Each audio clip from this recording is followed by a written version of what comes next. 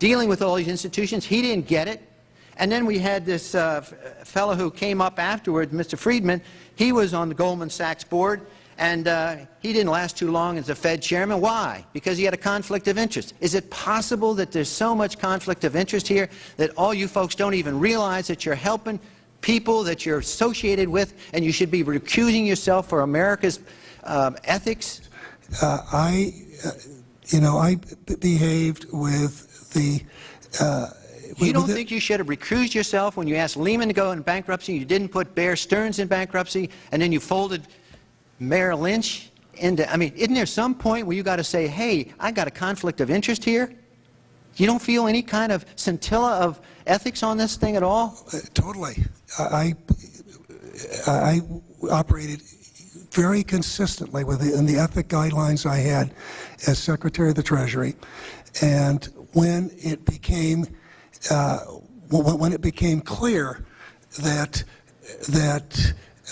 we had some very significant issues with Goldman Sachs and with why didn't you recuse yourself with Morgan Stanley, what I did then, it would have been very wrong for me to recuse myself. What I did was I went and got a waiver from the ethics agreement, because when we had concerns... Who is in charge of the ethics agreement? What? Who's in charge of the ethics agreement that you got a waiver? We have a Office of Ethics at Treasury, and we have a White House ethics office. So you got it from the legal counsel from the White House? We got it from the government ethics office. So we had Snow, we had Paulson, now we have Geithner. All these people cut from the same bowl of cloth.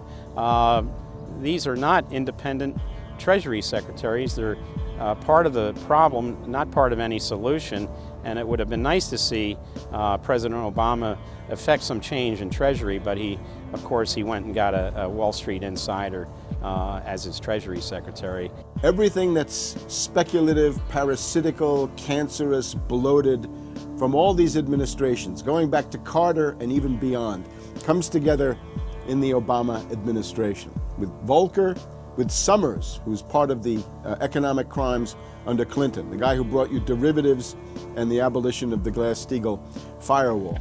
You could not have gotten a more perfect setup for a takeover from a previous government, the Bush regime, than the Obama regime. Now, there are some authors out there already saying that it's the same bunch, and it's true. It's the same bankers who put the same boys forward. Obama, far from helping the public and giving them something new or giving them more power and say over their own affairs, has actually sided immediately with the bankers who once again have robbed the public blind, and now they must get bailed out by your tax money. Obama does it all with left cover. He makes you think that he's somehow different from Bush, that this is somehow benevolent, that he cares about the poor. And in reality, this is the cruelest hoax and the most bogus sham. Obama is 1,000% devoted to Wall Street interests. When Wall Street says jump, Obama jumps. And again, it's about $30 to $40 for the bankers for every dollar that ever reaches an unemployed person or somebody who's on food stamps or some infrastructure building for highways. The hope with the Obama administration was that it would move us beyond this. But unfortunately, what we're seeing more and more is that Obama has brought in many of the economists who bought into the system in the past. Larry Summers is a very good example. And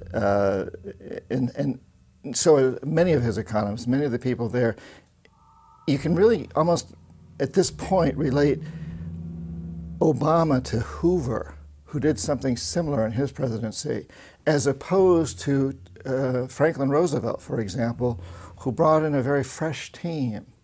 So the concern here now is that Obama's falling into this trap of bringing in the same people who put us in the position that we're in today, and other people who buy into the same theories that brought us here, this mutant form of capitalism. Presumably what most politicians want to come in is say, hey, the problems of the past, they're due to the old guy, and I'm cleaning house, and I'm going to bring in a new team, and don't blame us for the things we've inherited. Can't say, you know, those policies of the past that came before were insane, because you got the guy that was one of the key architects of those policies. People need to stop having allegiance to their political party. They need to have allegiance to the Bill of Rights, the Constitution, and what has made our republic so special. The basic human rights and dignity that every citizen of this country inherently has. Not because it's some right given to us by government, but because our Bill of Rights, our Constitution, enshrines that these are inalienable rights given to us by God, that we inherently have as sentient, free, conscious beings. But instead, the public cheers on the Republicans as they win, or cheers on the Democrats as they defeat the Republicans. It's an endless, staged, gladiatorial event, special interest own both parties, and they project this false left-right paradigm up as like a movie screen. And behind that, behind the throne, the establishment is able to control our society and engineer it into this high-tech police state. If you try to let the finance oligarchs who created the crisis turn around and say they're the doctors who are going to get you out of the crisis, they will dig you deeper and deeper into the bottomless abyss of world economic depression, financial collapse, and disintegration. The Democrats have really done more to destabilize the American economy and to help the big banks on Wall Street than the Republicans have done. I would imagine that the Republicans know a little bit more about finance and markets enough that when someone like Goldman Sachs asks the Congress to change laws as they did in the 90s to do away with position limits on the futures contracts, the Republicans would have said, no way, that's completely inconsistent with any notion of a fair market. But the Democrats, I have a feeling, are just not financially literate enough to say no. And I think that Goldman has very shrewdly positioned themselves with the Democrats, because the Democrats typically, like many NGOs that I've run into, they seem to have a complete inability to comprehend these issues of markets and finance and how it relates to social justice. So under the Democrats, we also saw the repeal of Glass-Steagall. Glass-Steagall said there's an inherent conflict of interest between the commercial banking side, which is the lending side, and the investment banking side, which is taking an ownership position.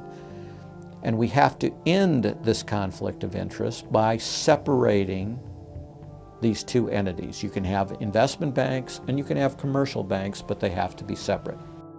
Do you think that the repeal of Glass-Steagall was a tragic mistake? No, I don't think so. You could be a commercial bank like Chase Manhattan, or you could be an investment house like J.P. Morgan, or a bank like Bank of America, or an investment house like Merrill Lynch. But you couldn't be both. And as the 90s went on, the screaming hyenas of Wall Street were demanding that this prohibition, this regulation, be abolished. This was an illegal and inappropriate form of casino. The derivatives were being used and they were being unregulated, and the people were getting 30 to 1, 40 to 1, 50 to 1, and sometimes 100 to 1 profits on the way up. And remember, derivatives are a zero-sum game. So there's nothing there. It's not like a piece of stock in General Electric or Ford or something like that where there's supposed to be some value. Derivatives have no value. But the very people, Summers and Gettner and all the people at Goldman Sachs and J.P. Morgan who created these things, made not millions or billions, but trillions on the way up. And now that these things are crashing, the very same folks are now put in charge of regulating these things and in charge of the bailout, and they are giving money to the very rascals that created this problem, took the profits. The problem cannot be fixed. And this is on Obama's watch right now. You have so many different schemes and mechanisms at play. It's sort of like after there's a blackout, people in some parts of the country have been known to loot the local stores. They go in, they grab the televisions and they grab the stereos. And basically that's what the Wall Street gang has done. They've just engaged in this massive looting of money from their own companies and now from the U.S. Treasury. There was a lady called Brooksley Born. She was the head of the Commodity Futures Trading Commission under Clinton. And she said, look, we have these derivatives. Why don't we at least make them reportable so we know how many there are and where they are? And she writes in a biographical account, she said, I picked up the phone and Larry Summers was screaming at me that I was interfering with the wonderful inventiveness and ingenuity of Wall Street and their ability to come up with new financial products, such as these derivatives. Brooksley Born was the chair of the Commodities Future Trading Commission, CFTC, which regulates many financial derivatives. And she said there's a grave danger out there in the form of these credit default swaps. And credit default swaps are an exotic financial derivative, or moderately exotic financial derivative, that were sold on a bright, shining lie that they were supposed to make markets more efficient. In fact, they allow utterly insane gambles, and they're really great devices for accounting fraud as well. She actually says, I'm thinking of adopting this regulation. The Clinton administration goes berserk, and in particular Larry Summers, but also Rubin. Now behind Larry Summers, there's another layer. Bob Rubin of Goldman Sachs, the Clinton administration, and Citibank. And he also thought that derivatives were a wonderful thing for the U.S. economy, and he made sure that they were never regulated. Also, we can't forget Alan Greenspan over at the Federal Reserve. Now, you look at Summers, he is sitting in the White House today, making policy for Obama. Summers tells Obama what to do. Summers tells Geithner what to do. He's also got some of his hatchet people in the administration. Mary Shapiro runs the Securities and Exchange Commission. She refuses to ban naked short selling and other market manipulations. You've also got another guy called Gensler over at the Commodity Futures Trading Commission today. He is an acolyte and a supporter of the derivatives bubble. We made the new CFTC chair a guy who had helped to kill Brooksley Born's reform initiatives. And we just did this under the Obama administration. This was a pre-registered, pre-organized, predetermined event.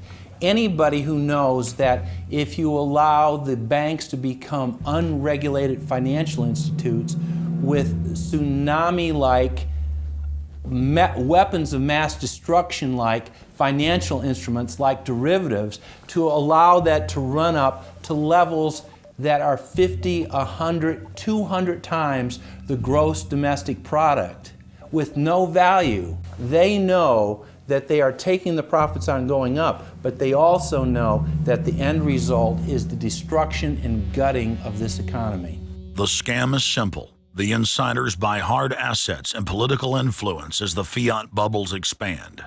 And then, at a time of their choosing, they purposefully implode the bubble. You've got a very small group of people, and the Federal Reserve and the global central banking system and the Bank of International Settlements in Switzerland, who are purposefully managing the boom and bust, credit supply, credit contraction, money supply growth, money supply contraction, to create artificial roller coasters and artificial volatility that they can trade around without taking any risk. It doesn't cost them any money. And if they do make a mistake because they're, as George Bush said, oh, the bankers on Wall Street are drunk. It is uncertain. There's no question about it. Wall Street got drunk. That's one reason I should turn off the TV cameras. Let's say they walk in one day, they push the wrong button, and they lose the bank $1 billion or $5 billion or $100 billion. They can appeal to the government to bail them out. It's a totally asymmetric relationship between bankers and the rest of the economy. If they make a mistake, they get bailed out. If everyone else makes a mistake, they get put in jail, called a terrorist, and we never hear from them again. But it's a more sophisticated form of slavery, and we're going through it today. We see the taxation is going up all the time with the supposed crash of the banks that was not a happening out of the blue. It was set up for this time. They could have kept it going for another few years if it suited them, and then crashed all the bubbles.